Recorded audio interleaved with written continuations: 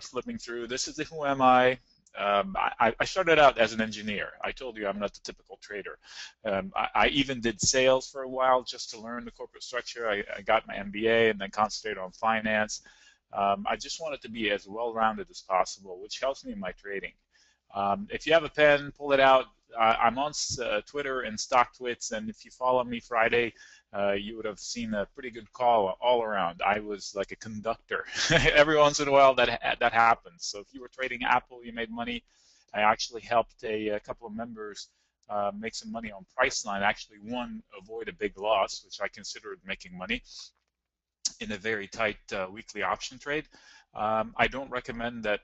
I don't like to do option trades right at the last minute unless it's a lotto play where the minimal cost with maximal payout, but I don't like to do the other way around where the loss could be huge. But I was watching Priceline technically, and then I tweeted out a couple of times to where I think you should close this and close that, so it was a great outcome. So it's at RacerNic. That's RACERNIC. And if you guys can just throw it out there, I can't do it from here, but throw it out there on the screen for people to check it out. I should have typed it in here. Anyway, so it's at RacerNic. You can find me on StockTweets and Twitter. Thanks, Sarah. Like I said, I enjoy helping people on Marketfy. We do well, and I'll show you in a little bit. We go after base hits. The return is over 29%, and that's pretty good, huh? But it's not the amazing part. The amazing part is the minimal risk of loss. That's what I go for. I don't like coin flip trades. I like to tip the odds in my favor. And the way I do it is by structuring trades that are 90% safe, I call them.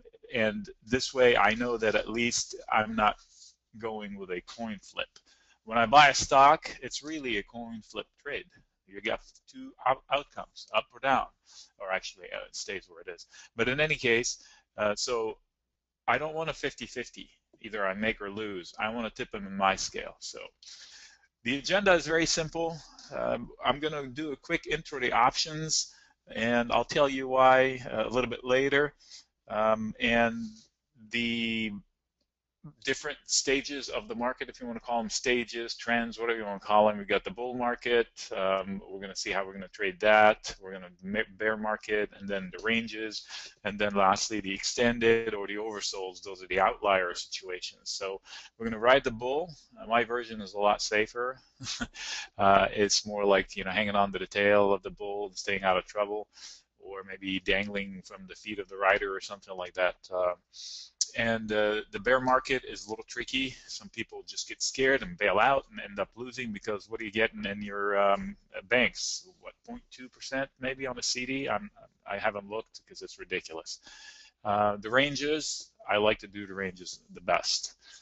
This is where you have the option of just spanning a trade between wherever anything is trading, a ticker is trading. So next, I'm going to jump right into stocks versus options. Like I said, I like to tip the odds in my favor. I'm a conservative guy, and I don't like to take big risks. Let's see. This is an example from a while ago. I keep reusing it because it just illustrates it. You can buy a stock, and even if you're lucky enough to buy a stock that jumps up like Netflix did one time, many times, but this is one time of them, and you know, you can buy the stock and make X dollars, X%, or you can buy the option call and make a lot more by risking less. So I said I'm a conservative guy. I use the option. I can't even remember the last time I bought a regular stock just as an investment tool. So with the options, I risk less. I'm a conservative guy, so I like to risk less. I pay $1,100 for one contract in this case, and the next day I make 72%. Versus the 3% that the stock jumped in order to give me that 72%. So with buying the stock, I would have risked 17 grand or whatever it is at the time, or actually more than that. So I would have risked all my money because the stock theoretically can go to zero. It has happened before. I remember a few years ago, we had a whole mess of stocks that went to zero, GM included, with the bailout. What is it, AIG? Those are giant stocks. It does happen. So the options allows me to limit my risk. I define my risk, and I still get to benefit even more than I would anyway. So yes, I could lose more, but as far as percentages, but the dollar amount I'm risking is a lot less. That's why I say I'm a conservative guy. So and I also take it a step further by doing spreads. Now this is an option chain. Let me see if I can switch this to that, easier to see. This is an option chain of Google at some point in time, August, but it illustrates the point. I made it show spreads. Let me flip back. This is the spreads. Instead of showing each leg, is showing two legs. So I would buy one and sell one. So then I limit my risk even more. I limit my potential take a little bit, but at least I know that the worst case scenario is X dollars, and that X is so tiny that I'm comfortable putting trades. I'll put more trades and end up making more money in the long run. The trades will become base hits versus swinging for fences, and at a very comfortable rate. So my style of trading on Marketfy is something that scares people away, but the way I do it, it's not so scary. What I do is I sell the spreads. So keep that in mind, because as we go through the presentation, I'm going to refer to it, and that'll be my style of trading. I'm going to sell spreads. So at that time, I could have sold, Google was around here, and that would be 860-ish. And then I could have sold the 845 for 25 cents, and it had 2 days to live. So as long as Google doesn't go down to 845, I make 25 cents a contract. So if I do 10, that's 250 in 2 days. With this probably had an 80% chance of survival.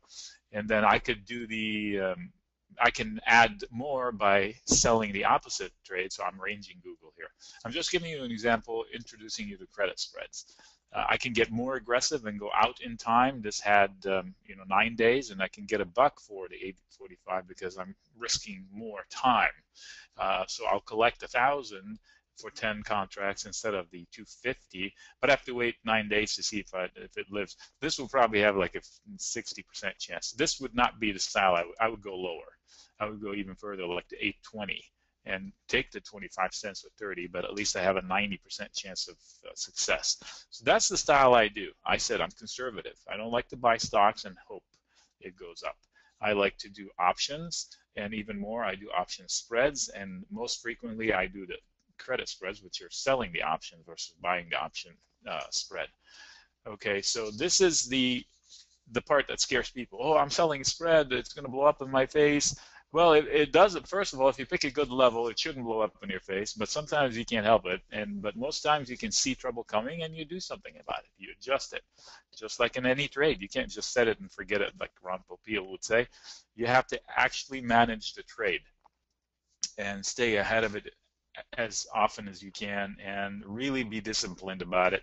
And those two people I was talking about, they did the right thing at the end, even though they waited until the last minute, which I don't condone.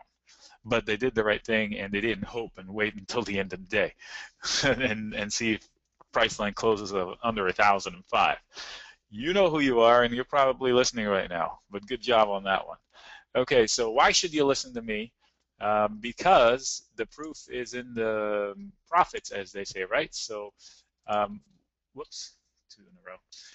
The success ratio of my credit spreads on Marketfy is documented. You can see it up there, and it's above 90%. All of my trades are above 90% when I set them up, and most of them are closer to 95. That's the chance of complete success, the theoretical chance of complete success. And that's how we got to almost 30% return in a few months. And why do I go so high out of the money? It's because I'm a conservative guy. I don't mind doing more trades for less money. This way I'll have more hits on my hand, as opposed to, yes, I can try to get that dollar I showed you with Google earlier, but I'll have more incidents of loss than I do now. And I'd rather sleep well at night and know that most of my trades are okay if I just keep watching them every day. and I don't have to actively watch the screen, although I do, but you don't, and my members don't, because I do it for them and I just alert them. Do this and do that. Every once in a while, we have a stock run against us, and we try to manage out of it, and then we switch from making the most money into actually getting out with minimal damage. So this is why, I'm not just talking theory. I do it every day, and I'll show you examples of how we do it every day. These are just pastes from the Marketfy website, and you can see the closed trades. This red one here goes with these other two, so overall it was a winning trade. Do the math. I'm not going to do it right now. It's in the hundreds, but you can see they're all win, win, win, win, win. Small wins, $300, $400. Well, it's not that small. If this is like you've got a regular job and you're making 2 or 3 of these a week, that's a pretty good raise, I would imagine, right? This was a long trade that we lost money on, but it doesn't matter. It's $23. So we know how to do it. It's one hit at a time. Here's more of them. It just goes on and on. You can actually, all this stuff, whenever you have time, go to marketfy.com. Just make a note for yourself right now and check it out. They have all kinds of products, and you can go on to my product, the Create Income with Credit Spreads, and you can see all of these results are posted out there for everybody to see.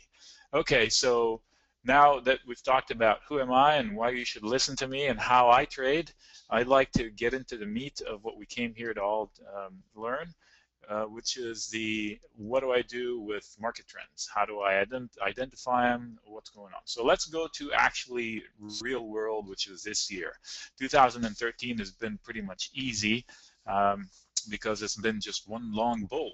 I mean, the bull was relentless. It's incredible. Even though you hear distracting statements like, we're due for a correction. How often have you heard that, right? Most hated rally, which I don't see how, since we've been rallying like crazy. Money on the sidelines. I don't believe that. I think that style of trading has changed to where the money doesn't look like it's invested, but it is.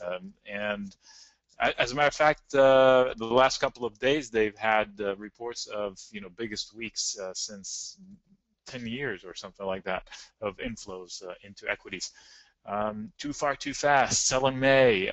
September worst month, which hogwash so far.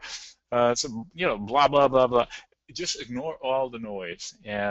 But until you do, you're all confused. We're all confused. Most traders are confused. So what do we do now? Why am I confused? Do I buy Netflix at all-time highs? I mean, it's in the stratosphere. I guess we'll find out after a few days from here if it could continue breath. Can I trust the NASDAQ? It's in the dot-com bubble. This is a 20-year view of the NASDAQ. We're clearly in the dot-com bubble area. Where slope is a little lower, easier I should say, as opposed to a big spike, but we are in a dot-com bubble. So there's more confusion out there. Do I buy Priceline? Priceline broke and closed over 1,000. Pretty exciting. This stock has been incredible. If you bought it and held it from just a few months ago, you made a killing. But anyway, we've traded it all along. I traded it all along. It is a violent stock. You have to trade it accordingly, and you have to tread lightly around it. You can't short it. I did, and recently I lucked out. I got out of it, but in a day it cut my profits in half. I still made a profit, but I had a nice profit, and before I had a chance to close it, boom, it jumped up out of nowhere. But it does that, and if you know that, then you can profit without getting hurt too many times. Okay, so it's been bullish. So how do we ride the bull? You can ride the bull. Here's Google. Let's start with Google. It had a few good runs and a few pullbacks and a couple of, I see a couple of patterns there technically that could have told you which way the stock is going. So okay, let me switch back to the highlighter because you can see it better. This is a long bull stretch. So what do I do? Do I buy it? Well, you can buy it. You can buy it here and hold it and hope that it gets to here. But this is in hindsight, right? So if I bought it here, And it's actually, if I saw it went down, and then started going up, and then I bought it right here because I want to ride the bull, then suddenly it goes down. It's like, dang it, I get stopped out and I sell it, and guess what? It comes right back up.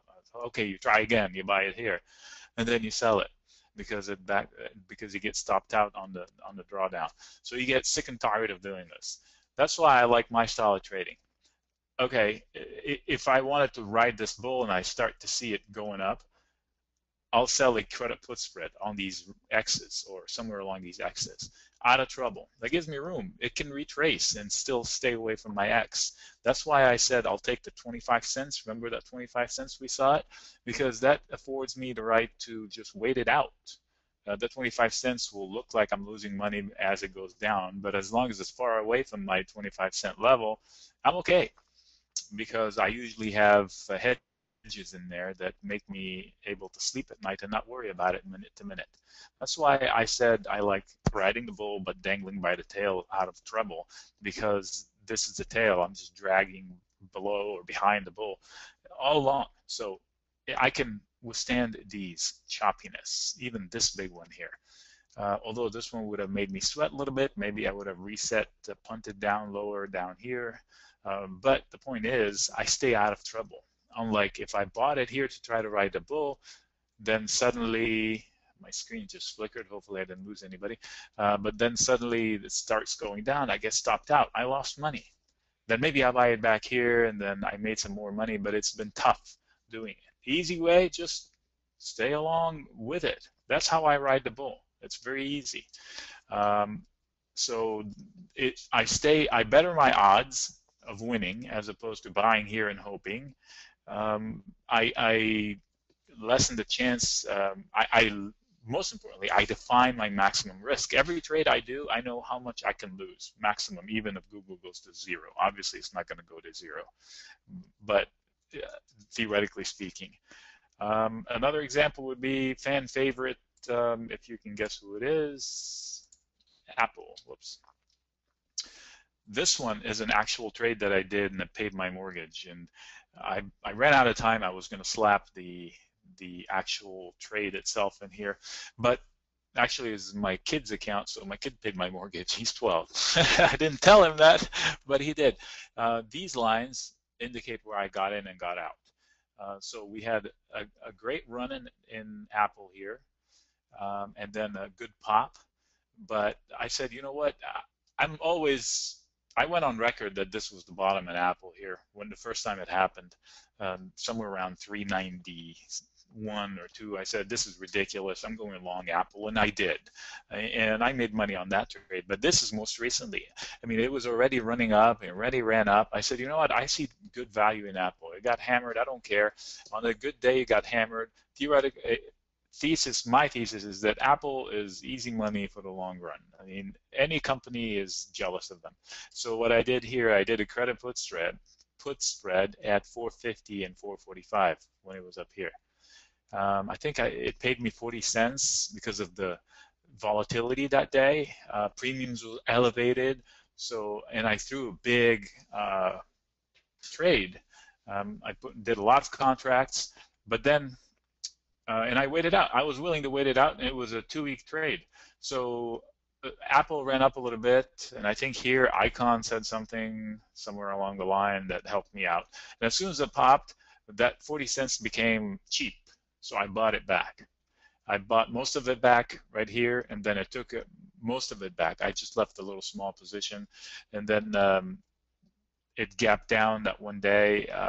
It didn't hurt me a lot. I just closed the rest after it.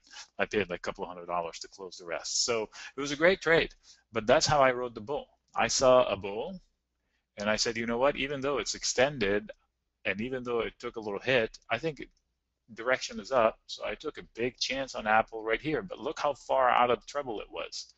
I mean, it was a probably a 95%, 92, 93% chance of success as far as theory is concerned, and a good-sized buffer from current price to short strike, which is I call it like a pad. So this is how you can ride the bull. It's not always perfect. It's not always to the maximum, but it's always safe. And when I say safe, it's relatively safe. There's nothing 100% safe. And that's not the only trade. Boeing, everybody knows it's been on a tear if you follow it. Jim Cramer is all over it. Same thing. I see a bull run in Boeing, and I say, you know what? They have back orders to 2,000 and million. So the business is there, and it would take a big mess up on their part in order to mess it up. Even when they did come out with all the problems, they gave me a peek right back here. I don't know if you can see it. I'll change the highlighter. Right back here. That shows me a peek at the worst case scenario. That was when planes were falling out of the sky, so to speak, and they were grounded for a while, and the market bottomed right back up. So I was like, this is a good put right here. So I decided, okay, I can go long it and write it out. This was from the actual screenshot from the Marketfy product, and we made $165 in 6 days. That may have included the weekend, I'm not sure. So yeah, we could have made more, but why be greedy? I mean, the trade went from whatever we sold it at to 5 cents, and whenever something gets to a nickel, I buy it back. I don't want to close the risk, get it off the table, bank the money, and just write it out. And that's what we did. So that's another example of riding the bull safely, because we sold it. I can't remember. Oh, there it is, 97.50. So we were right here. Price was 105 and change, looks like, if not 106. We took a risk. Okay, at 97.50, I'm willing to own Boeing. That's how we do the spread, and we limit our loss to 250 minus the premium we collected. So that's pretty safe. Riding the bull. That's the trend, and I ride it. Oops. Okay, yeah. Another example, CF. This is more of riding the bull and also the bear. We did a trade, and we closed it just days later because we got for some reason, a good pop in the premium, opposite pop, a good drop in the premium, and I closed it. It was like, that was easy. It was an October trade, so it was a long distance trade, and we got 40% of it in just a few days with so many days to go. Anytime I get that, I like to cash it in. I can always reset it. And as a matter of fact, I almost reset it this week, but then I held back because it was in the headlines and it was just too violent to gauge. So boom, we took the money in just a few days. We sold it right here. We bought it back right there. We made a couple $100s. So one trade after another, riding the bull is somewhat easy with credit put spreads, and that's how we do it. And all of these trades are, when we start out, they're over 90% theoretical chance of success. So they're 90% safe, at least. Now, okay, the bear is a little tricky. How do I stay ahead of it? You know, the bull is somewhat easy, relatively speaking, but the bear scares people away. I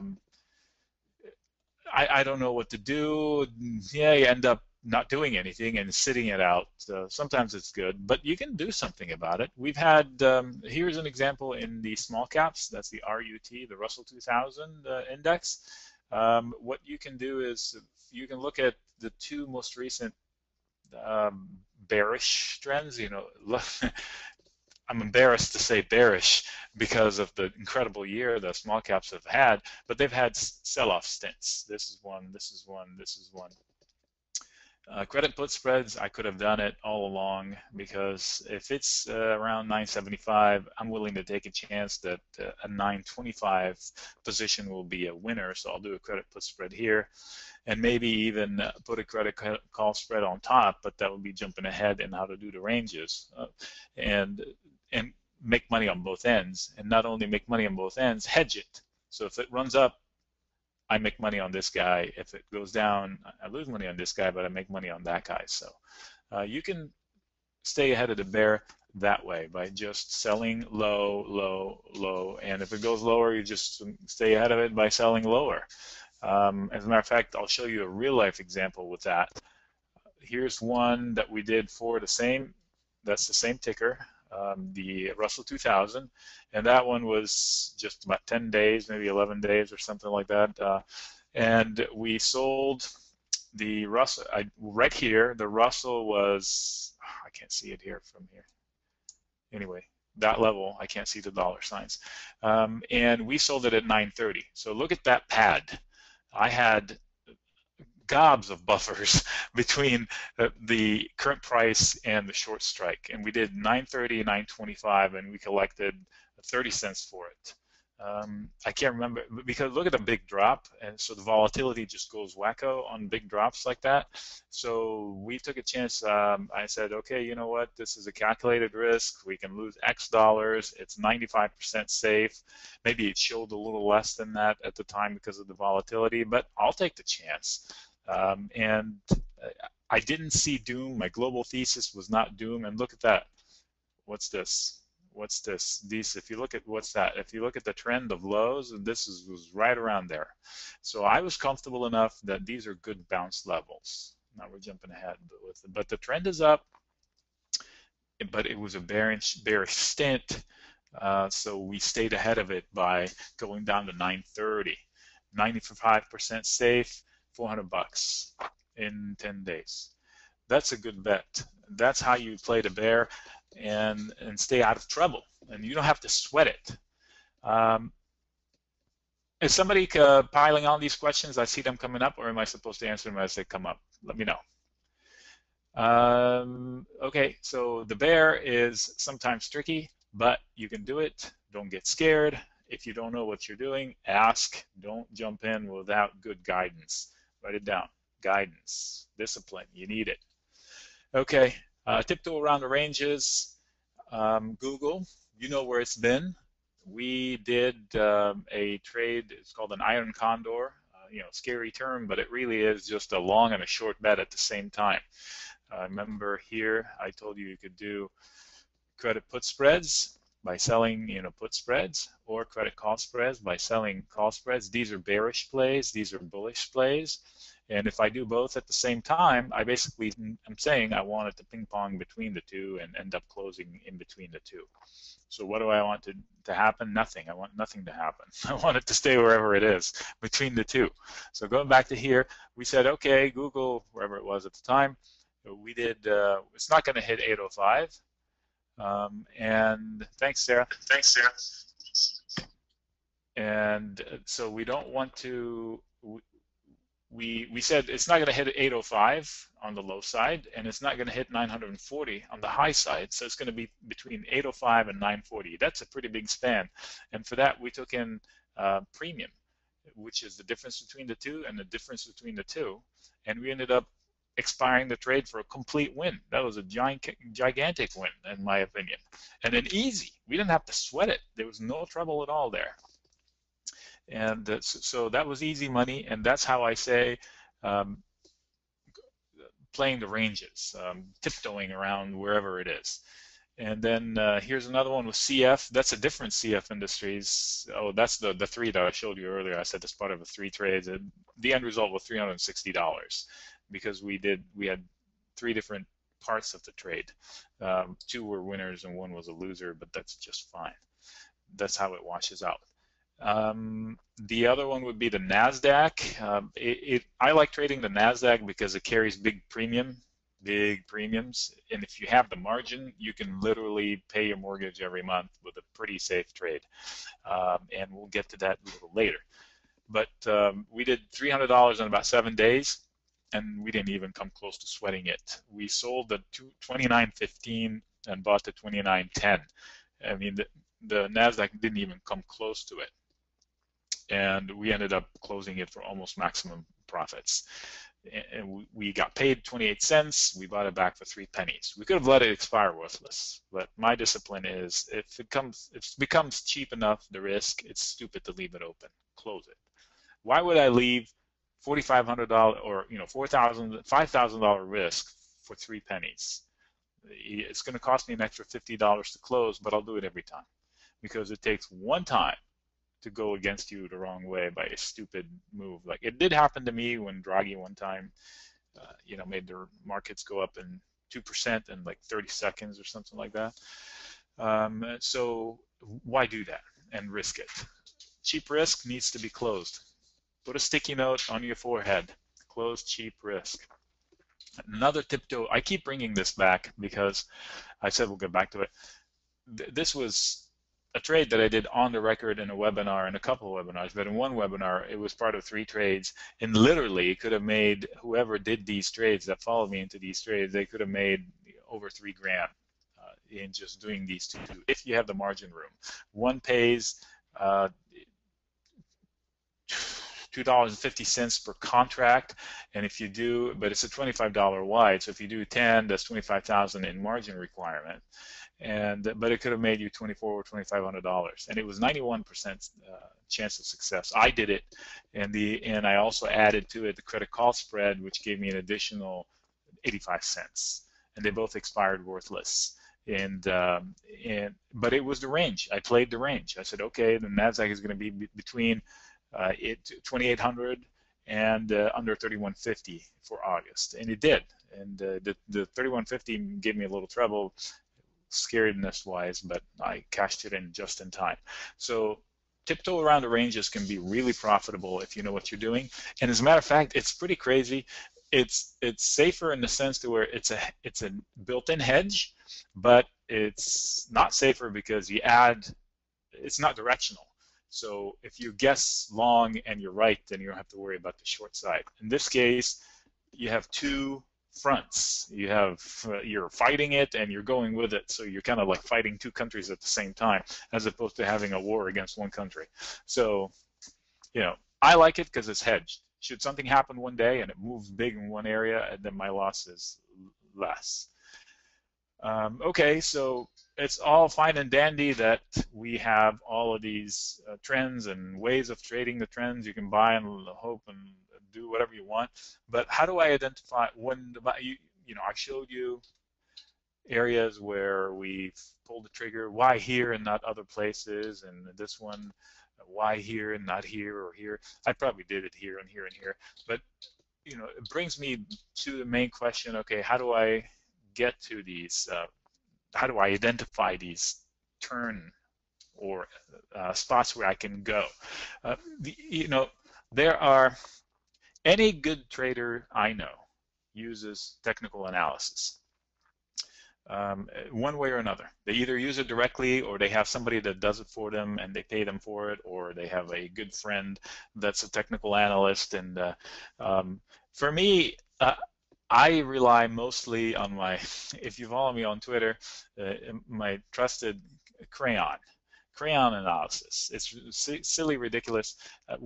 This is kind of a crayon analysis, this type of stuff.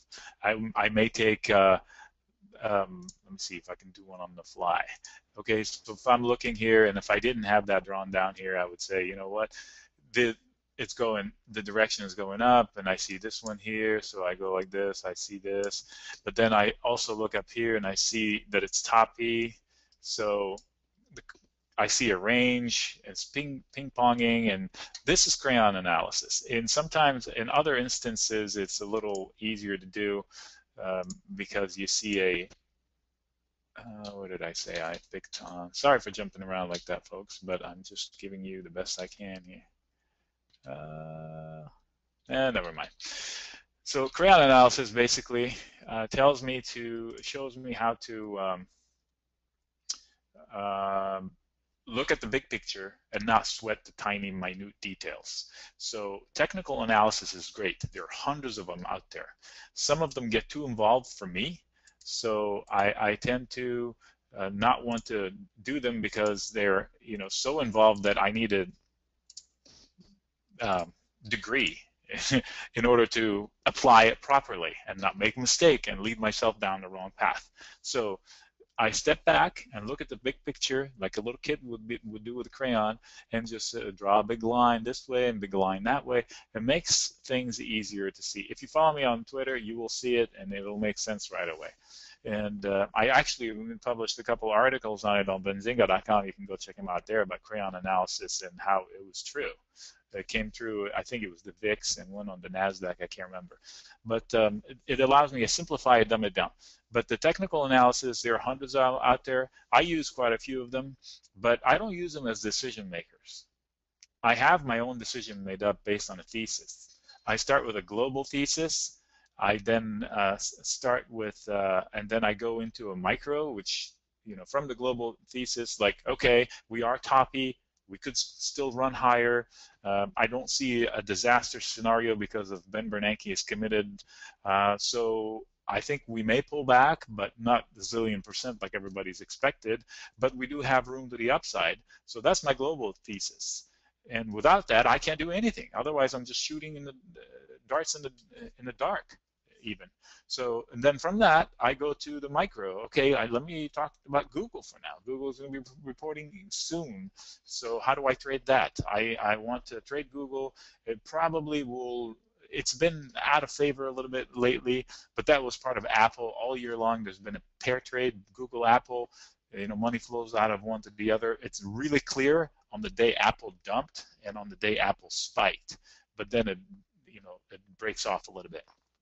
So I think it probably will inch up into the earnings, but I don't put a play on the earnings. That's a whole different conversation we can have.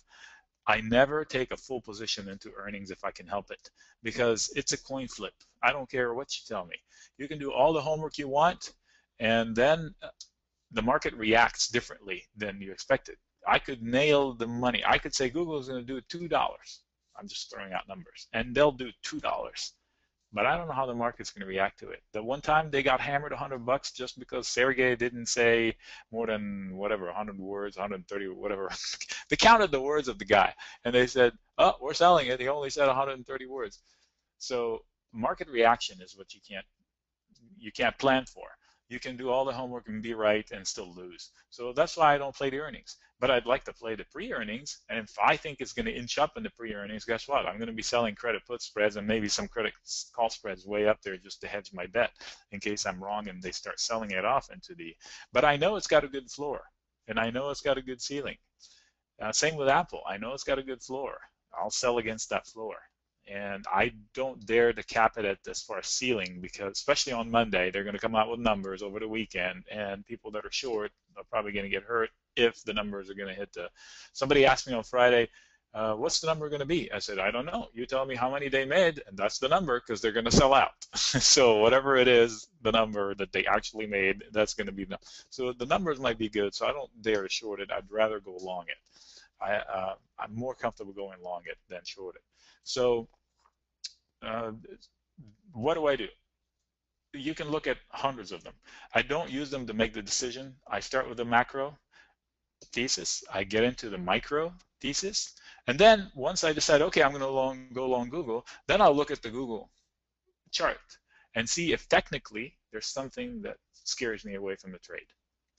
I need confirmation from the technical trade or technical analysis, and that's how I use my. It's not a decisioneer, that's my word. It's actually a consultant. If it shows me something scary, if I see a head and shoulder pattern, then I may think twice or distance accordingly. So it helps me pick a level or wait a day. If I see a doji, I'll wait a day because that's a candle that tells me that the market doesn't know where it's going. Let me see if I can find you one here and tell you on the fly. That'll be bonus. I wasn't planning on doing that. Doji. Okay, here's one.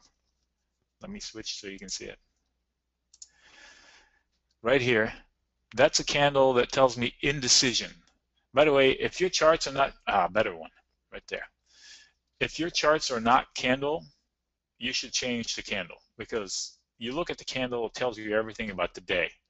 It tells me that it opened right in the middle where that plus sign is. You see it, that little plus sign? And now that you see where it is, I'm going to switch to normal. Okay. I lost it. Dagnabbit. Grrr. Where is it? It was just here. Anyway, so it opened. You saw where it is. So it opened at the plus sign, and then the market tried to sell it off, or try to buy it. They're running up, and then say, no, wait a minute, we hate it. They sell it. It goes all the way down to the bottom, and then say, you know what? We're not sure. So they buy it right back, and it closes exactly where it opens. So it opens right in the middle. It runs up. And then they sell it right back down to a low, and then they buy it right back up and close it where it was. Or they do the opposite. They sell it first and then buy it next. So what that tells me, it's indecision. So indecision tells me that the next day might be a big jump. So I'll go back to the one I see. Hey, here's one right here, right here. See, they opened here, they ran it up, tried to go with it, and they said something happened, and then the market turned around and went way lower, and they said, you know what, that's way too low. We love it again, and then you know what, not sure, so we'll close it right back where we opened. That tells me they're undecided. So the next day, there should be big moves, one way or another. And sure enough, in this case, the next day goes from here to here. Now the opposite is, here's another one, kind of a doji-ish, tight range, big swings. The next day, pop. Here's another one. Look at that, big doji right here. The next day, bam. So indecision usually follows, it's right here. Is that the one we just looked at? So dojis make me wait a day. When I see a doji, I say, you know what, I'm going to wait another day. Okay, back to where we go. So there are hundreds of them. One of the ones I use often is the MACD. You've heard of it, the moving average convergence divergence. Bunch of hogwash, big words to me, and it's just a momentum indicator. It tells me where the momentum lies and where it's looking like it's going to go. I like it because it's honest, and it is, by honest I mean it only uses two moving averages, one faster than the other. And it makes sense that the faster one will start making the change faster than the slower one. So it just says, okay, if both are going down, then they both agree. But if one starts to loop up, and then the other one should follow soon. And when they cross, the one that loops up and it crosses, then it's telling me it's changing indicator. So it's honest. It's simple. I can understand it. I don't need a degree. It's right here. Cross. Okay, that's a good thing. It's not always 100%. Nothing is 100%. If you're interested in the calculation of it, there's a whole bunch of hogwash here. I wouldn't bother with it. I mean, it's good to understand it, but if you're using it as part of the tool and part of the tool basket and not the decision maker, you don't need to be a super duper moving average guy or girl. So the elements of it, you get crossovers, and we'll go over that. You get divergences. The crossover is easy. One crosses over the other one. That should be a turning point. But there are fake outs, so make sure you get confirmation. Divergence is when you see the two diverging. Divergence and dramatic rise, I'm hesitant to go with those because I get to be faked out. The dramatic rise will be when you see one that just pulls away from one moving average. It pulls away too far from the other one. And I usually, for both divergence and dramatic rises, I look back to see if it's done it before. If it hasn't, then something is changing, and I may hold back a little bit because I'm sensing something new, and I don't want to be faked out. Some people also watch for the zero line on it and how far above or below. For me, I'd rather see crossovers. It's more of a confirmation, so I get fewer fake outs. Now, if you're a good technical analyst, then you can combine all of these and layer on top of them all other kinds of technical analysis, and then have a much better decision. Like I said, it's just one piece of the whole, all the elements that you have that are available to you. Okay, so let's look back at some of the charts we looked at and layer on top of it the MACD. This is Priceline, rocket ship to the moon. And let's see if I went ahead and put some blue lines here where it shows crossovers. Like right around here, there was a crossover. These are the two, the white and the red. One is faster than the other. And you see when the fast crosses up, that was a turning point, and it starts running up. And right about here, it starts running down. We get a turn, and I usually wait for confirmation. So you may miss out on 1 or 2 days of downside, but it's better than to get into the trade wrong. In Priceline, it's hard to see downside. So right here, there was a crossover here, almost a fake out, but it was an uptrend. There was a crossover here, and it was an uptrend. There was a crossover here, and for a downtrend, see the fast one crosses down. So you look for crossovers. Sometimes it doesn't work. Sometimes some stocks don't have this clear of a signal. And Priceline is a tricky one. I'm surprised We were able to show this on a stock that just looks like it's running to the moon. How about the small caps? I like the small caps. They run fast. They have huge premiums, and they're dangerous because they do run fast. So I like trading it with credit spreads. It gives me the opportunity to make money. And it's somewhat clear, too, in its moves. Here's a crossover right here, and look at that. Bam, all the way. But all along the way here, you could have been faked out. That's why I say wait for confirmation. See right here? It touched, and it's like, oh, crossover. And then you sell it, and then before you know it, you're losing money because you didn't wait for confirmation. Confirmation would be where it's actually crossed and started going down. And even then, you can still get faked out. Look at this move right here. That's why I said it's not always solid proof that it's going to go. But at least you better your chances. Here's a crossover to the downside. Tried to fake us out, but then continued on down, and that was a good, solid move down. Crossover to the upside right here. If you waited until here, then you definitely had confirmation and you hopped on board. You, bam, right here could have told you that it's toppy and it's time to flip. So it's momentum. It just tells you where the momentum is going. And watch the tickers long enough, and then you'll develop a feel for them.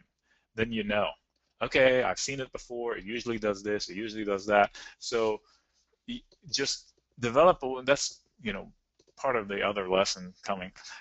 Develop a watch list and all of that. So develop a flow for your stocks, and actually for indices. In this case, it's an index. The SPX again, crossovers right there, blue line. That was a good ride. A couple of cross downwards right here for this little stint. But I don't like to play it that close. I mean, I'd rather ride it from here on out. And then here's another crossover up that I didn't highlight. Here's another turn down that was really nice. Here's another. So you get the idea. It is, the MACD is honest. You can set up 2 lines, a histogram, both histogram and 2 lines. This is 2 lines and histogram. And I can show you later, and I can show you in the other lesson coming, that how you can set it up on a few of the platforms that I use, and what to look for in your platform. Okay, now what about Google? Did we have good enough crossovers yet? We had one here. That was a good down trend. And this one here, I didn't highlight it, but it was a good uptrend. This one told me to sell it. This one told me to sell it. This one here kind of didn't do much. It was meandering. I wonder why I highlighted here. May have had something else. Oh, maybe to show you that it doesn't always work. Yeah, that's the ticket. Okay, so I don't know what we're doing on time. Kyle, Sarah, somebody? Am I running over? Yep. No, we're going to run till 2:12. We're going to bring Tim Melvin on at 2:12, so we still got about 13 minutes to get up the Q&A. Okay, because I'm to the last this one. Do you want me to put that up now, or do Q&A, or leave that off? And perfect. Yeah. Okay. So go ahead and put the offer up, and we'll do a little Q&A here. We have a ton of questions, guys. Nic is a great credit spread trader. He has a ton of subscribers here on Marketfy that range from beginner to intermediate, and even experts on here. So we're going to get through your questions, Nic. So get ready for those. Real quick though, I'm going to drop in the chat real quick. Nic has a special offer. So he was talking about market conditions today and identifying which market conditions are great for credit spreads. But he also wants to show you what he briefly touched on in the end, and that is the MACD. Okay, so the MACD is an indicator that helps him identify those high probability trades. So he is offering a 2-hour live seminar on using the MACD to profit from credit spreads. Okay, it's on Tuesday, 9/24, September 24th. So this Tuesday. And it's from 4:30 to 6:30, okay? And recordings will be available for all students. Nic, real quick before we get to the Q&A, can you go over what you will be doing for that seminar? Sure. It's going to be interactive, first of all. So since it's going to be concentrated, we'll have time to chat back and forth and address specific questions and areas of interest. But basically what we did here is merely scratch the surface. And what we're going to do there is get into detail and everything like, I merely glanced over how I trade. I'm going to go into details of how I trade. Merely glanced over. We all know the trends, so there's not much to go in there. We'll review them. We'll just reset them. We'll work on the global thesis. I'll share mine. We'll work on exactly how I trade. I set up my orders. We'll go through order setting. We'll go through the MACD and how to set it up on the platforms and how we will use it in those orders. So we're going to marry everything, put all those things together. We're going to show you how you can make your trades more consistent and less volatile. And as a bonus, I'm going to share one or two trades, one of like those, the NASDAQ trade and the Apple trade that paid the mortgage. I'm going to have a couple trades at least that are specific to either if you have a good size margin, a good sized bet that can make you a mortgage payment of sorts. I keep reverting to that because almost everybody, or a car payment, let's do that, a couple car payments. And this way you walk away from it with concrete, something concrete. It will be trades that I will put. It will be trades. Maybe I'll even, you know what? I'll open it up to challenge. So if you can stump me, then good for you. You throw me a ticker. We'll look at it on the fly and see if we can develop a thesis based on the information at hand, and if we can set up a trade for that ticker. So maybe I'll do one or two of those, and maybe I'll give a goodie if you can stump me. If I can't do a trade that'll be 90% safe, then you win something. I'm not sure what, but we'll do something. Great. All right, Nic, real quick, let's get to a couple questions, and I know we got a lot of questions about your product too. Barbara's coming in asking about your service. All right, a lot of questions, folks. We got 9 minutes, so we're going to get to as many as possible. Nic, how do you determine your exits? Exits, it's easy. Ideally, I want it to expire worthless. When I do a credit spread, just for recap, put everybody on the same page. Your credit spread, unlike any other trading, when I put it on, I collect the premium. I collect money. And if it expires worthless, that's a good thing. I keep my money. So if I collect 25 cents times 100, if I do a 10, if I do 10 contracts on a 25-cent spread, I'll collect $250, and I get to keep that $250 if it expires worthless. In other words, if I'm right. They're asking here is, when do I close it? You see, time is on my side. As time ticks by, that 25 cents, all else staying the same, that 25 cents dwindles and it becomes cheaper for me to buy it back. When it becomes a nickel, I usually buy it back. Or, like I said, if you remember earlier, the CF trade, the CF Industries trade, it was an October trade, so it had like 39 days on it when we put it on, and just days later, we went through almost 40% of the total premium. So they got so much cheaper so quickly that for me it sounded like a good idea to, hey, forego the rest of it. I can still make twice as much more money, but I made all this much in just days, and I still have 30 days risk open. I'll close it because a win is a win. So I'll take the $200 or $300 that I made, depending on how many, especially if I did like 30 contracts, so that I made $600. At least I'll close half. So that's the good way of closing. The bad way of closing is if it starts running against me and it's red and it starts getting too red. There's no one right answer. So if it gets too close to me in price and there's so much more time that the risk is so great, and now the theoretical chance of survival is 70% or lower, I'll either close it and take my loss or move it. So I'll close it and reopen it further away and give back some of my money. So now I cut my profits in half, but at least I double my chances of success, or I increase my chances of success by 20 points. I'll do that. So there's always adjustments to do. Or instead of closing it, if it's running against me, I'll buy protection. I'll buy a small put spread in closer periods, closer time. Like if I had that October CF short spread open and starts to go red against me, I'll buy a weekly CF spread that's against me. But if the price still runs against me, then I'm making money on that at least. So it's a complicated answer, but the point is you're looking at it and you need to do something about it.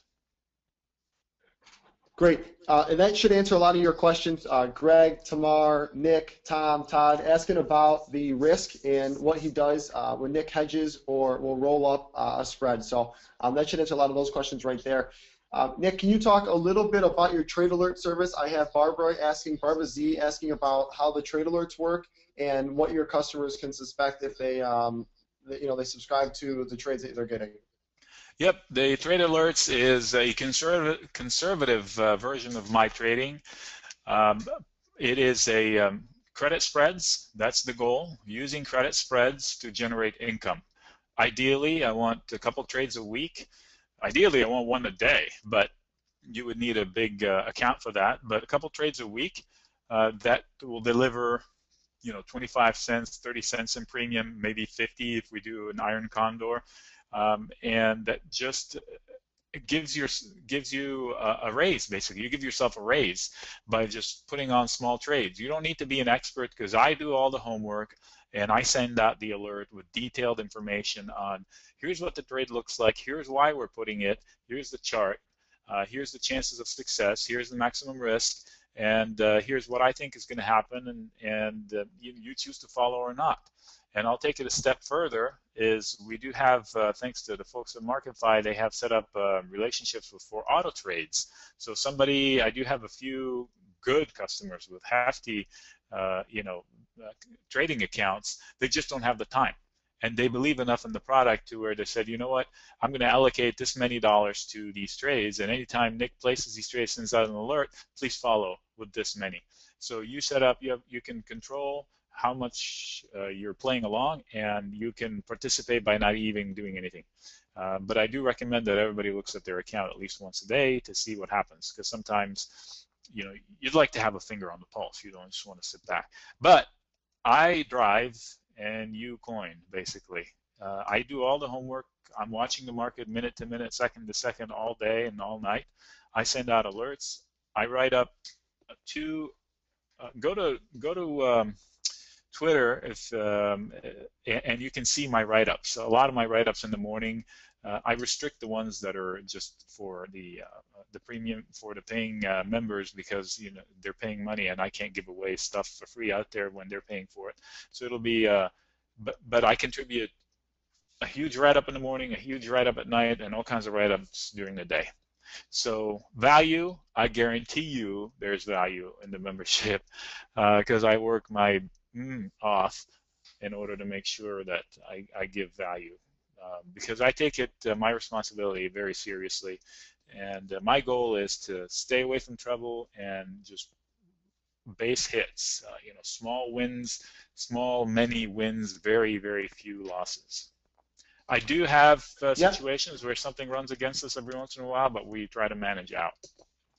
Yeah, that's one of I think that's why so many people that maybe aren't experts or are just getting into this or are struggling love your service, Nick, is because of the way you hedge and you really manage that risk so well. I got a lot of questions about the trade alert service. Sign up for Nick's MACD presentation, and you will actually have an offer to get into a 14-day trial for Nick's trade alerts. So I just dropped that link in the chat again. I had a lot of people asking about the auto trading. Nick does auto trade at Thinkorswim and Trade Monster. So if you're at one of those brokerages, you can auto trade with Nick as well. So check out the link inside the chat. All of the information will be there once you sign up for the MACD presentation.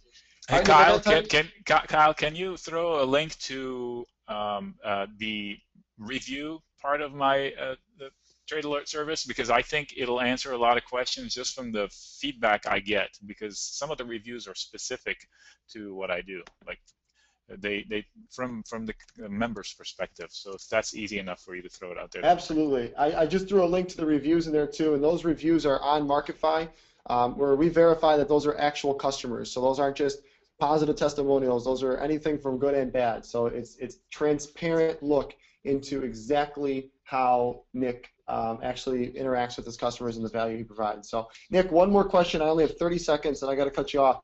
What do you use delta or any kind of linear regression for that matter when you're trading?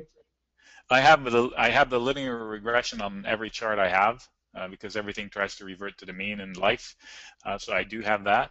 I use deltas, but not as religiously. Well, I do, because the way I trade is all based on risk and how it moves. So delta is built into my trading, but I don't specifically look at the delta as a decision maker. Hello? All right, buddy. Well, hey, I really appreciate it today, Nic. Again, I'm going to send the link into the chat one more time. All right. Well, Nic, hey, thanks a lot, buddy. Thanks for taking time on your Saturday.